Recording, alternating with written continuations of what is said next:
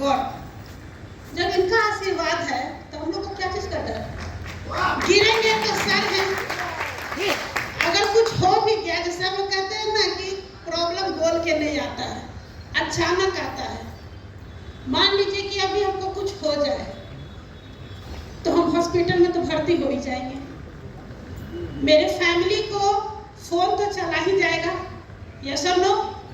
और ऐसा हमको नहीं लगता है कि हमको हॉस्पिटल में कोई छोड़ के अपने घर जाना चाहेगा, नहीं। अब बताइए कि एक ब्लड रिलेशन, जो मेरा फैमिली है, जो ब्लड रिलेशन है, वो साथ छोड़ देगा। मान लीजिए अभी 6:30 हो रहा है, और अगर अभी सूद सर अगर 2 घंटा इस हॉल को और दे दें और हम कहें कि मेरा ट्रेन बस छूट गया है, और अगर कोई फैमिली मेंबर इस पटना में हो और उसको हम कहें कि हम आ रहे हैं, मेरी बस ट्रेन छूट गई, तो वो कहेगा पता नहीं, हम अभी घर में नहीं है, ये सब नो। लेकिन ये एक ऐसा प्लेटफॉर्म है कि आपके साथ भी और आपके बाद भी, जनरेशन टू जनरेशन। कहने का मतलब है कि लाइफ में एक बार हम लोग लाइफ इंश्योरेंस करवाते हैं, आपके साथ और आपके बाद, लेकिन कितना वो पता नहीं, महीना भी चलेगा कि नहीं। लेकिन हम आज ये शुक्रिया अदा करते हैं कि सर का एक सोच और हमारे लीडर जो हमको यहाँ लाए, दिवाकर सर, असम सर, इन लोग का खोज, रास्ता सर बना दिए, ट्रैक बना हुआ है, मैडम आ जाओ, मर रही हो मरने नहीं देंगे, ये सब लोग। हम आ गए, मात्र अभी 6 महीना का जन्म लिए हैं प्रोवेदा के अंदर, और मेरा ये कहना है कि एज ए फैमिली कुछ कर दिखाना है, क्योंकि हाउसवाइफ का हमको अपनी जिंदगी से परिभाषा मिटाना था। सुबह कब होता है और रात के सोते समय एक लेडी जो ड्रीम देखती थी। हम भी जब सब फील्ड वर्क किए, लोग जाते थे तो कोई के हस्बैंड कर रहे मेरी मैडम टीचर में है, कोई बैंक में है, कुछ है। हम लोग सोचे पढ़ लिख के मेरा डिग्री का सर्टिफिकेट पीला हो गया, कागज पेटी में ही पड़ा हुआ है, बेकार है, तो लगता था हम लोग कुछ नहीं कर पाएंगे। उसी हाउसवाइफ का परिभाषा हमको बदलना था एज ए वुमेन्स। आज हो गया बिजनेस वुमेन हो गए ना, आज वर्ल्ड में पूजा जाता है, मेहनत उतना ही किए थे। एक परिभाषा था शुरुआत में हम लोगों का कि पढ़ लिख के नौकरी करो तो सब कुछ मिल जाएगा, और अगर एज ए लड़की पढ़ लिख के अगर कुछ नहीं किए तो पढ़ते पढ़ते शादी हो गया तो हस्बैंड नौकरी वाला हो तो पैसा आएगा तो बेटी का जिंदगी सफल हो जाएगा। यही परिभाषा हमको सुनाएगा कि पढ़ने वाला का दामाद खोज दो तो मिल जाएगा। जब मेरी शादी हुई थी, आज 24 साल शादी के हो गया सर, इस 24 साल के अंदर जब मेरी शादी हुई तो सर का जॉब नहीं था, लेकिन ड्रीम इतना बड़ा था कि कहा शुरुआत में मेरे एक लाइन बोले थे कि जीने के लिए रोटी कपड़ा और मकान चाहिए हमको, और ये तीन चीज मेरे पास नहीं था, लेकिन आग लगा हुआ था। 3 बच्चे हैं, अगर आप किस बच्चे को जन्म देते हैं 9 महीना के अंदर, जो दर्द में बच्चे को पैदा करने के बाद जो ड्रीम मदर देखती है, फादर देखते हैं, उसके लिए हम लोग तन मन धन अपना झोंकते हैं कि नहीं झोंकते हैं? कब भूख लगा, कब प्यास लगा, कब गिरेगा, और अगर ड्रीम आप इंजीनियर डॉक्टर का रखते हैं तो उसमें अपने आप को झोंकना पड़ेगा। आज 3 बच्चे हैं, एक बेटी मेरी है सबसे बड़ी जो मेडिकल कर चुकी है, मेडिकल में है, और 2 बच्चा मेडिकल में ही जाएगा। आप बस सोच सकते हैं कि अगर आज आप अपनी तैयारी, अपनी प्राइमरी सोर्स ऑफ इनकम को मजबूत नहीं करेंगे तो क्या आप ड्रीम देख सकते हैं बड़ा वाला? तो अब अगर आप जानबूझ के गलती करेंगे तो कुल्हाड़ी आप खुद अपने पैर पे मार रहे हैं। जब सब आपके लिए मरने के लिए तैयार है तो आप उसमें कूद जाइए, ऐसे तो मरल है मेरे फादर एक लाइन कहा करते थे शुरू में ही कि हर लेडी मार्केट निकले या रोड पर निकल जाओ घर छोड़ के तो इतना बड़ा पर्स रहेगा, वो अपने हाथ घुसाओ तो ऐनक कंघी निकलेगा, चरनी नहीं निकलेगा।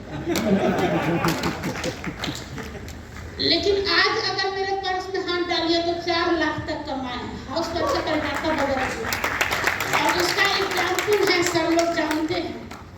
हमको भी लोग कहते थे सर नौकरी करते कौन आफत आ गया मैडम, साबुन तेल पेस्ट लेके चलती है।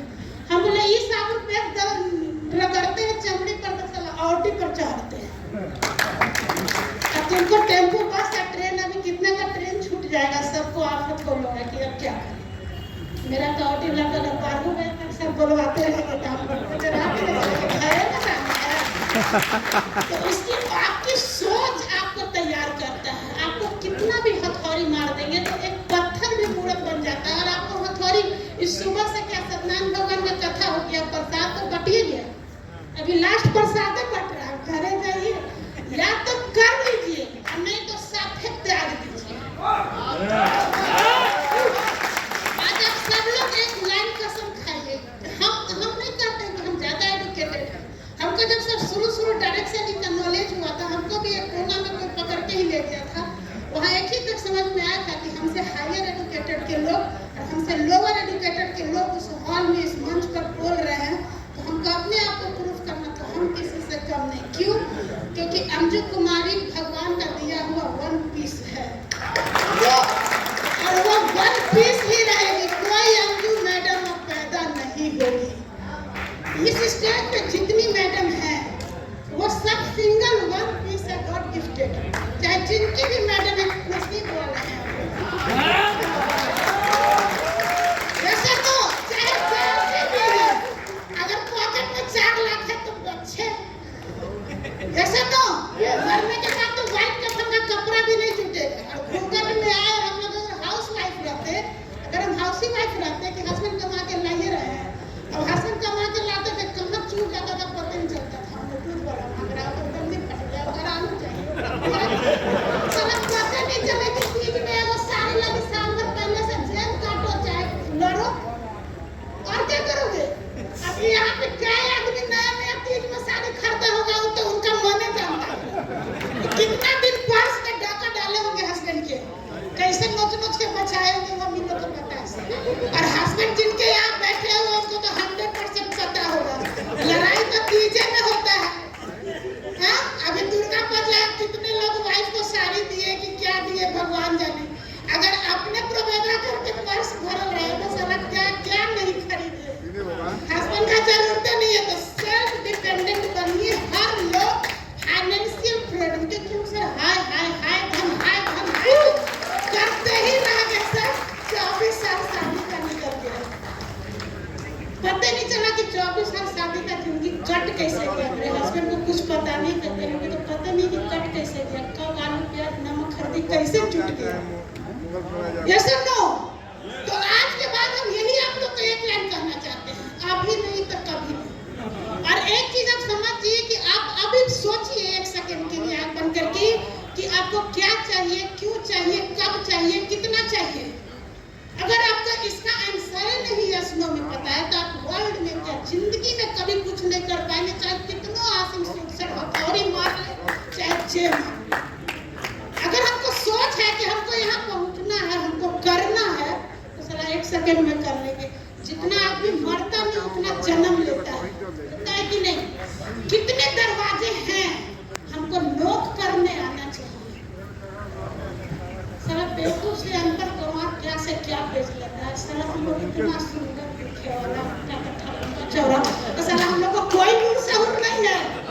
आप समझ जाइए कि इस हॉल में जितना लोग बैठे हैं वो सारे लोग वो तरासे हुए हीरे हैं जो अपने आप को कुछ करना था तभी यहाँ छन के आए। अब समझ जाइए, सब आ जाए तो कहने नहीं है, सोने में सुहागा, लेकिन जो आ गया वही। और फिर तो क्या से क्या होगा, आप सर को थोड़ी नहीं इस मेमोरियल हॉल अब क्या हॉल करना पड़ेगा, तो सर को हम लोग दिखाएंगे। क्या बात है? देखिए हम एक चीज जानते हैं, प्रॉब्लम आता है लेकिन प्रॉब्लम उसी को आता है जो काम करता है। अगर स्टूडेंट पढ़ता है तो क्वेश्चन उसी को आता है और उसी बुक में आंसर छुपा हुआ है। पढ़ने आना चाहिए, सिर्फ कंप्लेन करने से कुछ नहीं होगा। अपने ऊपर भी जिम्मेदारी दीजिए, प्रॉब्लम आएगा सलूशन के लिए। देखिए जो जितना अपने सीनियर के पीछे पड़ेगा उतना ऊपर जाएगा। तो पढ़ने के लिए करिएगा, क्वेश्चन आएगा तो आंसर बनेगा, आंसर देने लगी तो फिर टेंशन क्या लेना, टेंशन कभी मत लीजिए। हम आपके साथ देखिए जितना मेरे पास नॉलेज, मुझे कहते हैं हमारे से ज्यादा बुद्धिजीवी लोग यहाँ बैठे हुए, हम आपसे कम ही है, लेकिन जितना अपना एक्सपीरियंस है हम आपके साथ शेयर किए। और अगर आपको लगता है कि हमारे आपको सहयोग से आपका जिंदगी बदल जाएगा तो आप हमको जैसे फोन पर रिथी पर आप हमसे बात करिए, बात करवाइए, मिलवाइए, हम आपके साथ हैं। Thank you so much sir, बहुत बहुत धन्यवाद। बहुत शुक्रिया, बहुत शुक्रिया। Thank you sir.